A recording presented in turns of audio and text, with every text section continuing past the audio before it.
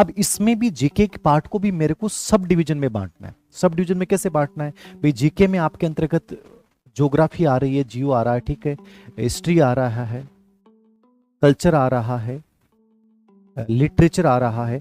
ये चार सबसे इंपॉर्टेंट पार्ट है जीके में। इस बार आपकी नहीं कि पॉलिटी बहुत ज्यादा है, पॉलिटी का एक लाइन डाली हुई है वो अगले वाले पार्ट में, जिसमें पिछली एग्जाम में 3 प्रश्न आए थे। तो आपको 80 पेज नहीं पढ़ने वहां पे। जब 2 या 3% जिस पार्ट में से आ रहे हैं उसको उतना ही वेटेज देना है। मतलब ये एनालिसिस होता है। कभी भी एक अच्छा अभ्यर्थी हमेशा सबसे पहले पाठ्यक्रम एनालिसिस करता है। ज्योग्राफी से मुझे पता है कि 20 प्रश्न आ रहे हैं, ठीक है, हिस्ट्री कला संस्कृति में से 20 प्रश्न आ रहे हैं, लिटरेचर से 10 प्रश्न आ रहे हैं, ठीक है, तो मुझे इनको वेटेज देना है। साइकोलॉजी, आईसीटी और शैक्षिक परिदृश्य में से 50 से 55 नंबर का पार्ट है, तो मुझे इसको वेटेज देना है, ठीक है। सब्जेक्ट 50 नंबर का पार्ट है और टीचिंग मेथड 40 नंबर का पार्ट है।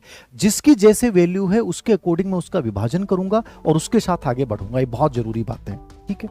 चौथा सवाल आप लोगों का, इसके बाद मैं इस पर दोबारा आऊंगा क्या क्या चीजें कैसे पढ़ें इसके लेकर, कि सर कोचिंग करनी चाहिए कि नहीं करनी चाहिए। दोनों सवाल हैं।